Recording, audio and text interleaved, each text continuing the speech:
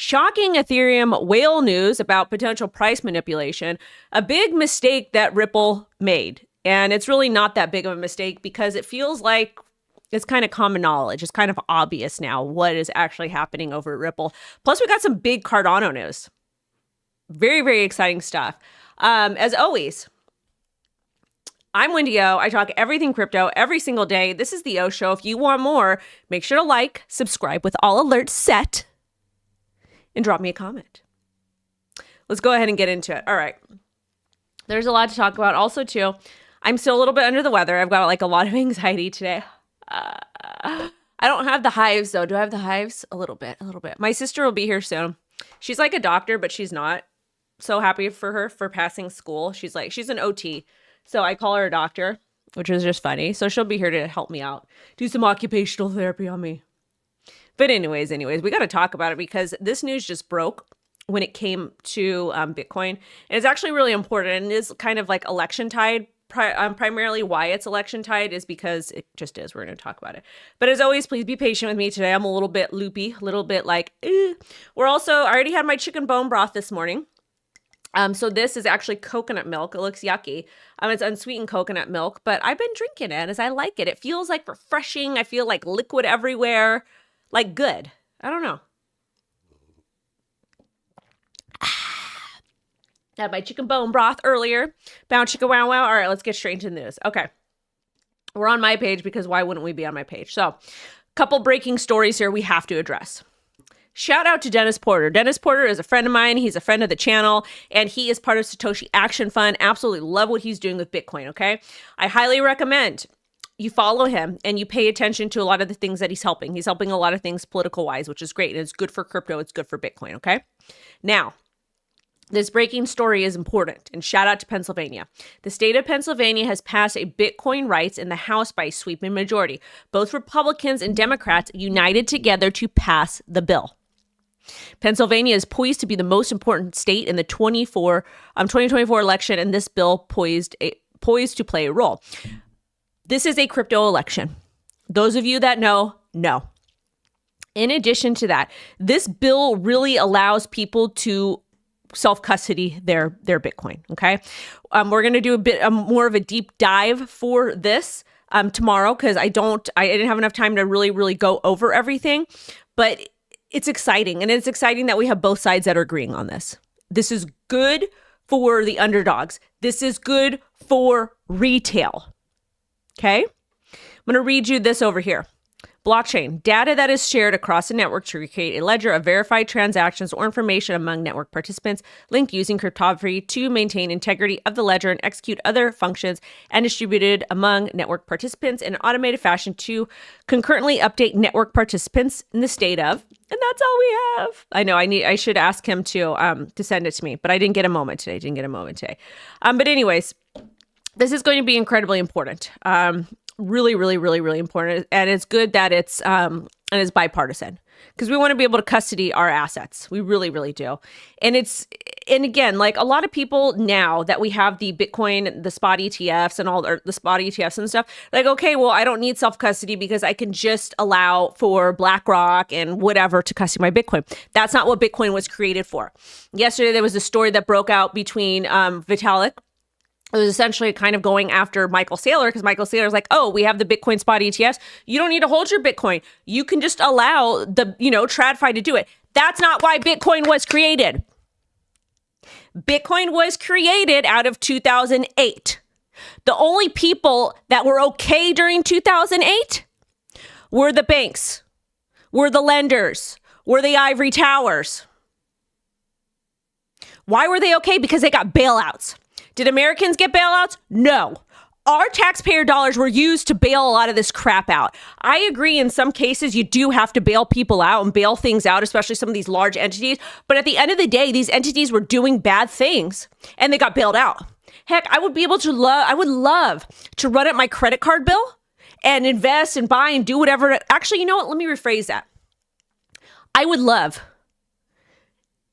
to borrow money from someone else and spend it all on meme coins. And just fingers crossed that number's going to go up.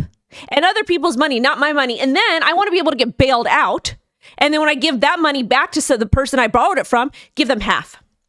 That's what I want to do, because that's exactly what the banks have done. That's exactly what traditional finance has done. That's exactly what the public servants do.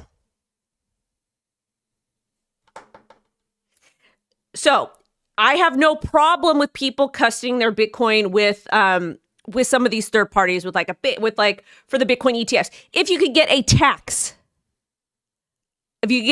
break. Oh, I've got something nasty to say about XRP. So stick around.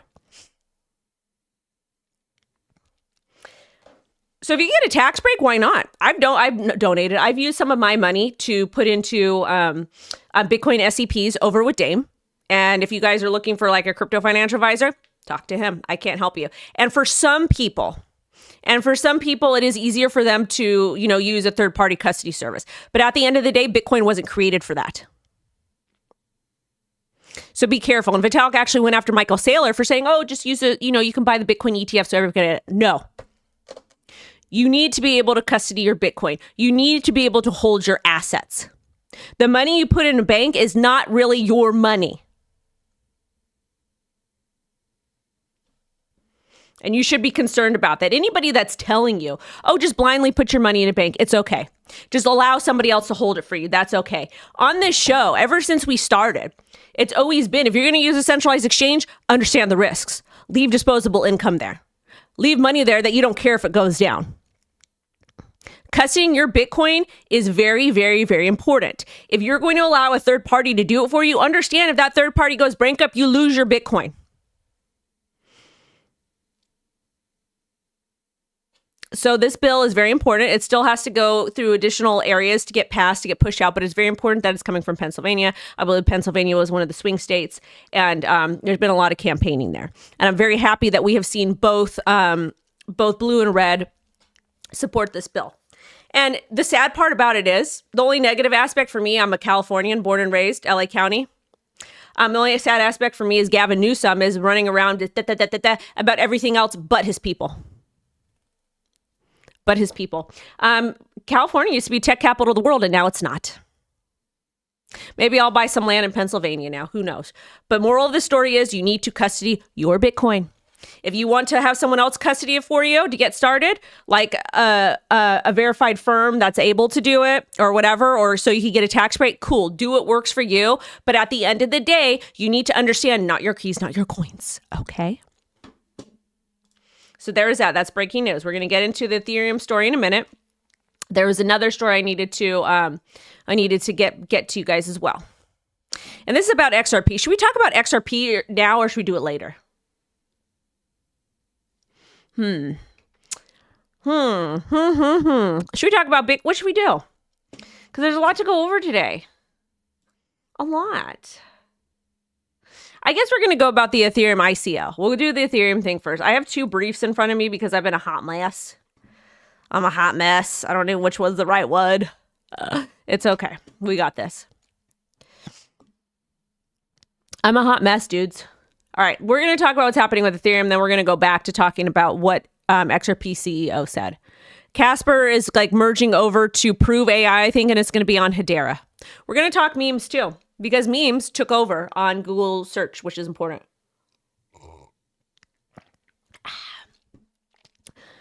All right, let's do a market update. We'll do Ethereum. We'll do XRP. Because XRP, they got us. They got you guys. They really, really, really did. All right, so this is the current state of the market. Current state of the market. This is on the weekly. Shout out to Ray. Shout out to Goat. We got a goat story coming up. Ape. Good for them. I'm holding my ape. I'm going to sell it once it goes up in number a little bit more. Goat is the AI coin that we're going to get into. Binance just listed it. I'm taking a look at the weekly. Mew, PopCap, Beam, mostly, meme coins and whatnot. Now let's take a look at Bitcoin. What's Bitcoin doing? Okay. This is my little silly goofy chart that we did. And there's not really much TA I can do on Bitcoin. I mean, I like to look at market CIPHER. XRP doesn't need liquidity any way, shape, or form. It's a hot mess over there. So this is, we're just basically taking a look at the Bitcoin chart. We're trading at 67,000, numbers going up primarily because of this bill, because of this news that came out. With that being said, we sustained above the support box at 64 to about 62. Taking a look at the 4 hour, we didn't press on it, but I says this was, we had a swing look low to about 65. But I like to be a little bit generous. Over here. So we have a box at 64. But it looks like we're on our way up. And again, market CIPHER did print a local bottom. As far as Bitcoin goes, I just want to see us flip above $70,000 to be a little bit more bullish. Solana is doing incredibly well. Just hit another area of resistance at about $176. Next area is going to be about 184. On the 4 hour chart, we're looking great. SQUID looks like it had a dip to about 186, broke below the trend line, and it's still trending down. Market CIPHER printed a red dot. Looks like we may hit 191 again. Now, let's talk about Ethereum. There's a lot of drama with Ethereum. And I'm really getting so irritated with like the Ethereum people, like the bankless people or whatever. Like, this is the thing. I feel like it's okay to like, you know, switch from different coins or to hedge or do whatever it is. But like all the attacking, like all like the picking sides, like all the toxicity is just stupid. It's literally dumb. Without Ethereum, we wouldn't have Solana. We wouldn't have SUI. We wouldn't have, crypto wouldn't be where it's at today without Ethereum. Give Ethereum its flowers.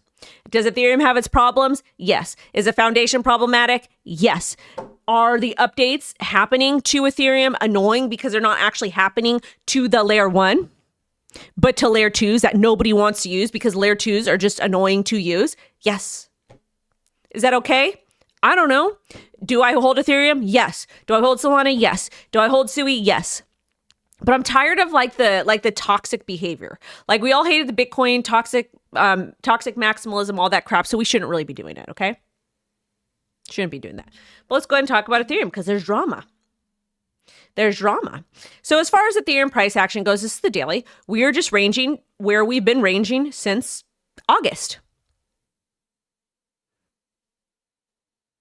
Between $2,800 and about $2,000. I'm going to move this line up a little bit just because we had that swing look low, and I feel like this better represents what we're saying. So about $2,200 and $2,800. We have an Ethereum spot ETF. A lot of these institutions are adopting Ethereum. Great, fine, fantastic. I'm holding Ethereum long term. I hope it hits $10,000, and I will be selling majority of my Ethereum. Even if I was to sell my Ethereum now, I'm still up. I'm still okay. I have the same amount of Solana as I do Ethereum.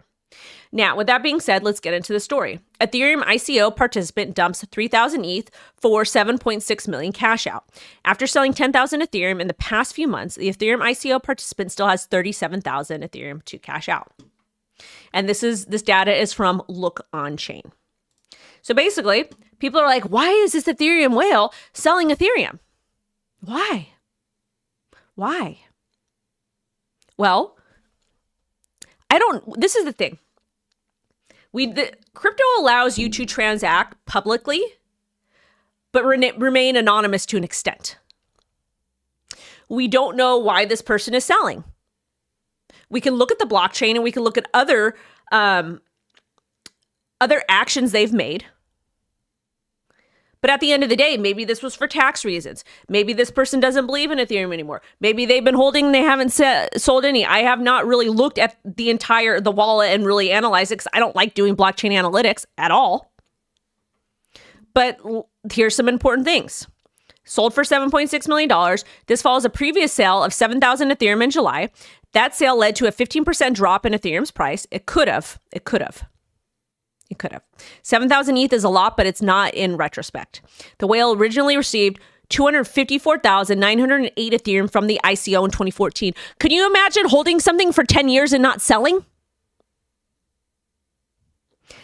The whale still holds 37,000 Ethereum worth around 94 million. So after selling so what this person has been doing, just from these notes here, this person has been gradually selling Ethereum over time. They started off with about 255,000 Ethereum now in 2014 from the ICO, and now hold about 37,000.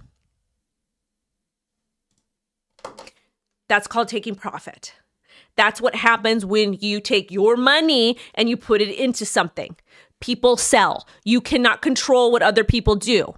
This is part of operating in a true decentralized economy. Is this bad for Ethereum? I don't think so. If they started with 255,000 Ethereum and they've been selling gradually over time, to me, that's not bearish. It just means that they're selling. Also, too, they could have done, like, we don't know if this person is in the US. We don't know what their financial history is. We don't know why they're doing it. I work with a CPA. I have to ask them when I make big moves. Is this bullish or bearish? For me, it's neither. It's neither. It's neither. It's just happening.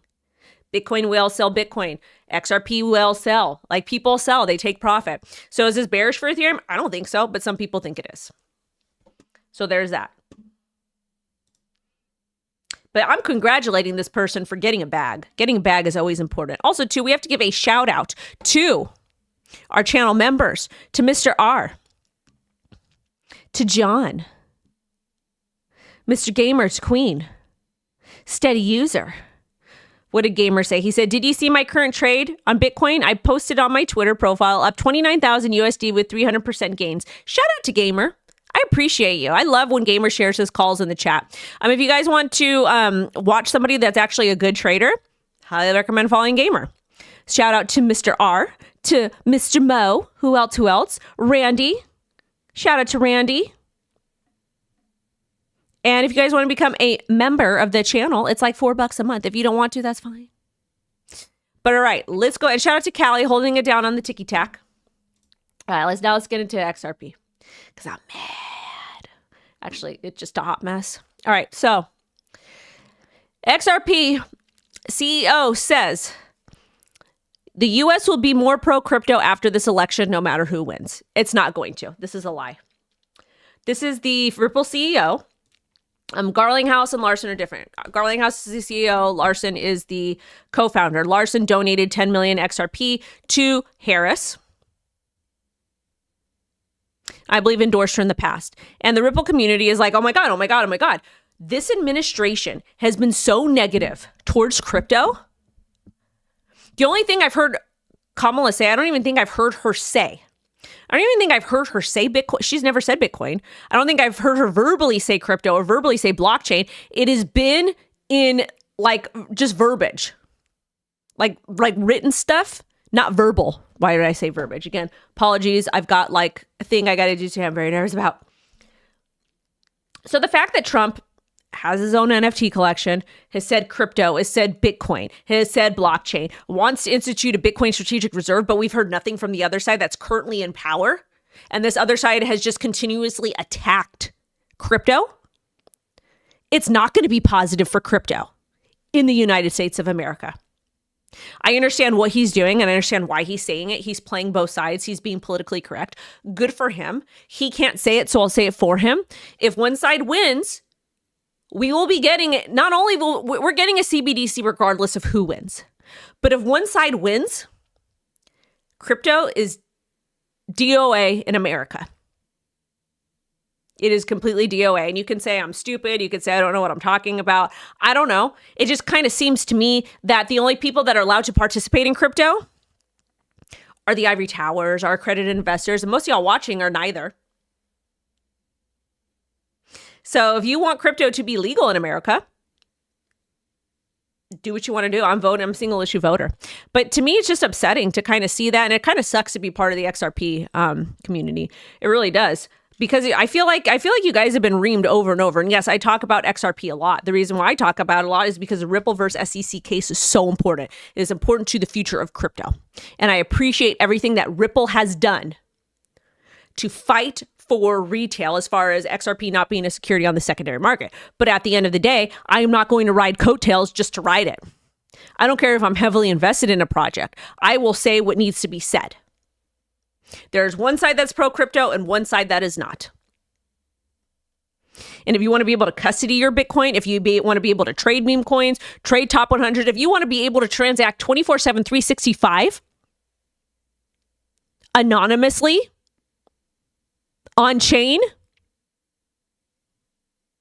there's one person you want as president.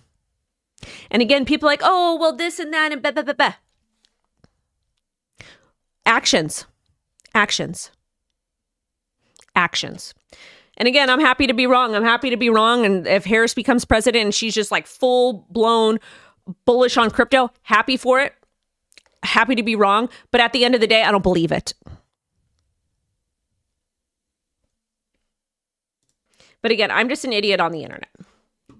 Now, Ripple may have made a mistake not talking to regulators early, says CEO. So Brad Garlinghouse came out with some stuff. He said, so Ripple's Lab CEO Garlinghouse conceded that his company should have engaged with the United States regulators earlier. And now it is the crypto industry, or now the crypto industry is playing catch up after being on the receiving end of legal enforcement actions. I made far more trips to DC in the past few years than I did in the years before that, Garlinghouse said on October 23rd appearance on DC FinTech Week. I look back on that and I regret it. I think we made a mistake by not leaning in earlier. We're trying to make up for lost time.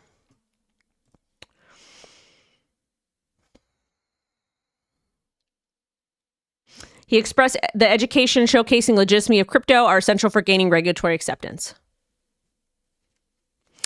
So this is the thing. I need a little bit more information on this. But at the end of the day, you guys, when you tried to go in and register with the SEC and the public servants, they weren't letting you. They were literally turning people away. They were turning Coinbase away. They were turning a lot of legitimate companies away. I don't think Ripple made a mistake. I think they did the best that they could. But I also think that Ripple has other, I think that they have other things going on that we don't know about.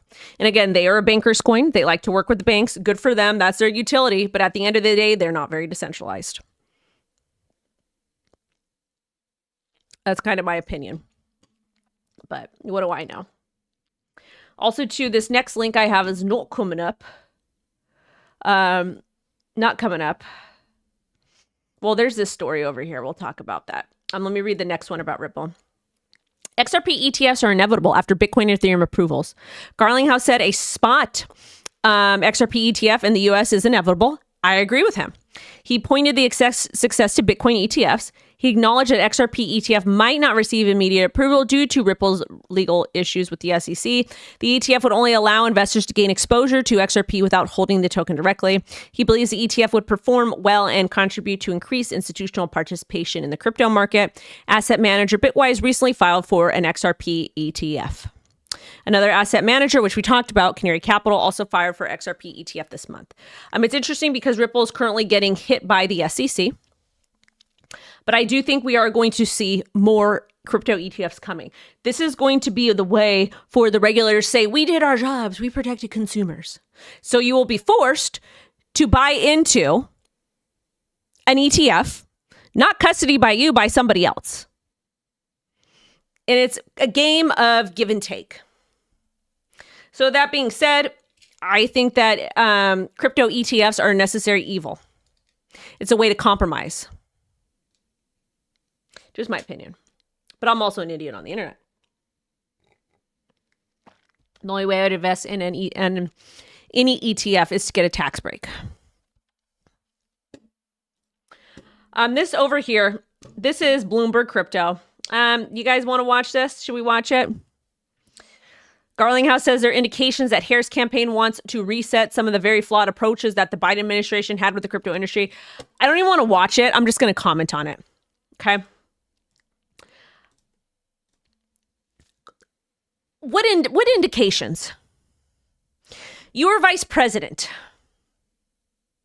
What flawed approaches do you want to reset? And if you wanted to reset these flawed approaches, why haven't you spoke out about this? Why didn't you speak at Bitcoin 2024? Why have you not verbally said crypto, blockchain, Bitcoin? Why have you not talked about a Bitcoin strategic reserve? Why? Why haven't you mentioned any of these topics at all? Yes, they have been mentioned towards the end of the campaign, but we're less than 2 weeks away, and now you're watching it? Or now you're mentioning it? What proof do you have? I don't even have words by you. I have word salad, which I did not order this morning. I'm out of breath.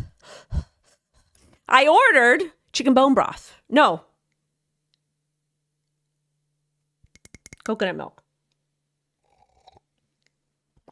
I'm giving myself a hernia.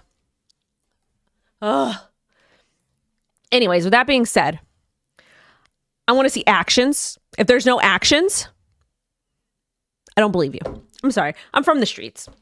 I'm from the streets. I need to see actions. I need to see actions because words don't mean anything. Words are just words. But again, you can take words and then maybe somebody decides to do the right thing. I don't see it though. But it's just me. I'm also not stupid. I might not be as educated as some people, but I also come from a different place. And I actually want to see actions. I've heard public servants say so many things. I've heard public servants say how great the self-care lab in Pomona was. Oh, we love what you're doing. We think it's fantastic. Can you take some more of our kids? We love it. We love what you're doing. You're so great. You're this, you're that.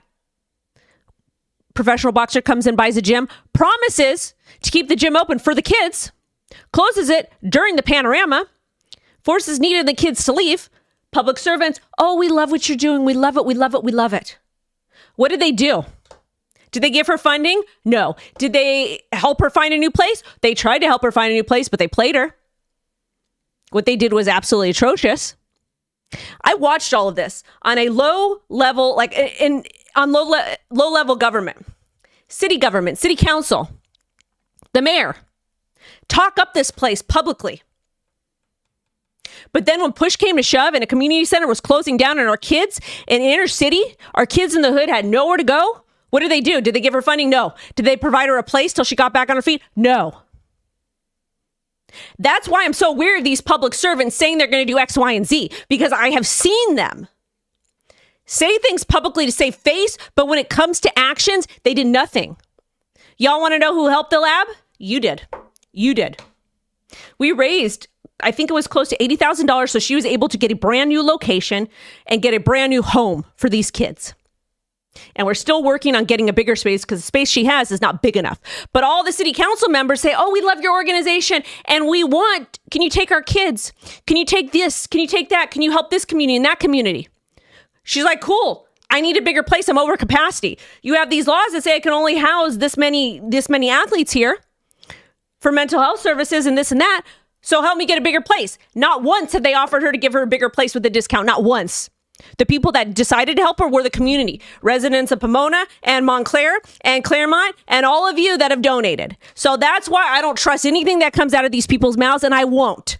Actions. And if you don't believe me, go look. I've been talking about it since 2021.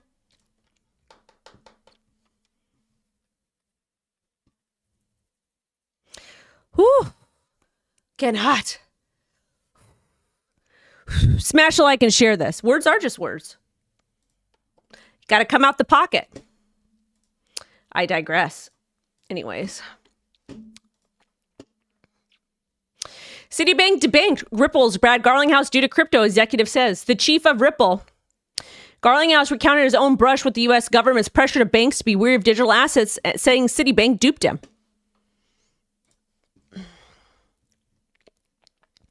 Claims the crypto industry faces challenges with banks under regulatory scrutiny. You want to know why the banks are under regulatory scrutiny? All of the banks that dealt with the crypto contagion were part of Chocolate Point 2.0, and it was a coordinated attack.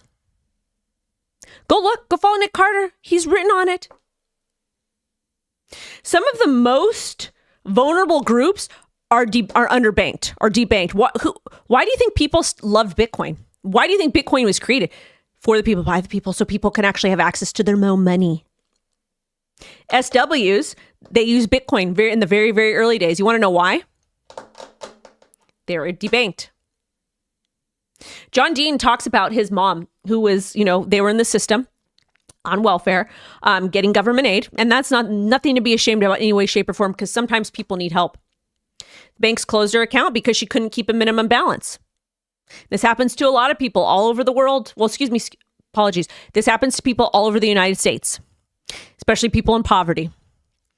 And not only do you have to pay overdraft fees and you have to pay money to keep a bank account, but it's your money. They take your money and then they loan it out. And you don't get to consent to that. But if you don't have a bank account, it's hard to get a job, hard to buy a house, hard to buy a car, hard to do anything. Heck, if you want to start a brand new job, they want a bank account. But they wanted to bank crypto people. How the hell are we supposed to pay our crypto taxes properly?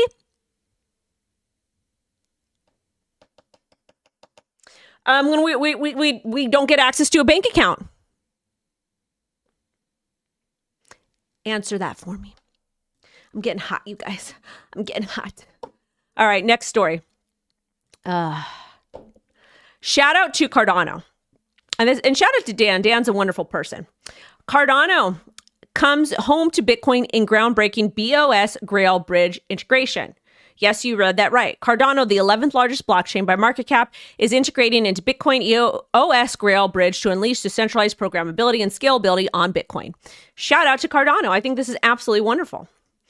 So basically, it's going to unlock over 1.3 trillion in Bitcoin liquidity through this integration. Cardano users will access Bitcoin securely, enhancing cross-chain functionality.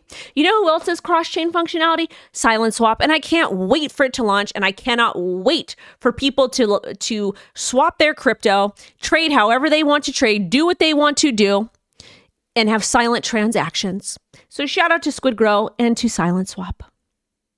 As always, I am partner with SQUIDGROW and Silent Swap, and I also do a little bit of advising for them. One of the things that Bitcoin OS will use is ZK cryptography, and it'll enable trustless transactions integrating Bitcoin assets in Cardano without third parties. We love that. The BOS Grail bridge facilitates trustless connections using ZK Bitsnark verification protocol. The integration maintains decentralized and security for Cardano DeFi projects, and it could enhance access for users, projects, and devs within the Cardano ecosystem. Bridge eliminates the need for centralized security measures, promoting an interoperable Bitcoin system. We love that. We love interoperability. Shout out to Bitcoin, shout out to Cardano, and shout out to everybody who is building real utility during this insane time we're living in. With meme coins, Binance Futures will launch USD margin GOAT perpetual contract. Congratulations to all the degenerates. This is the GOAT chart here. This is on Dex Screener. If you guys don't know what GOAT is, let me remind you. Okay, also, it's an AI meme coin on Solana. Also, too, there is this account, Truth Terminal. I highly recommend you follow them on Twitter. It's the AI account that's doing crazy things. Raider is still kind of helping me understand that because I've been under the weather this week. And we're going to be talking about that a lot more. But I highly recommend you continue to follow AI meme tokens. Please. Please. Why? Well, look at this. Meme coin search interest and market performance steal spotlight from Bitcoin. Remember last cycle we would talk about, like, oh my God, Bitcoin is being, it's on the top search results for Google. Well, now it's meme coins.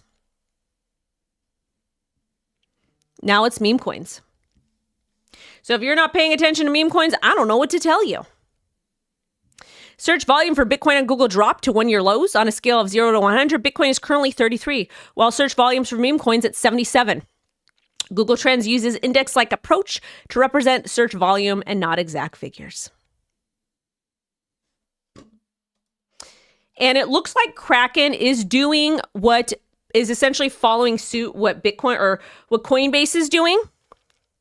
And they're launching their own blockchain early next year. So basically, it's going to be the same exact thing like Base from what we're seeing. It's going to be used for DeFi, enabling trading, borrowing, lending, and it's going to be similar technology to Base. Testnet is going to start this year. I think it's awesome.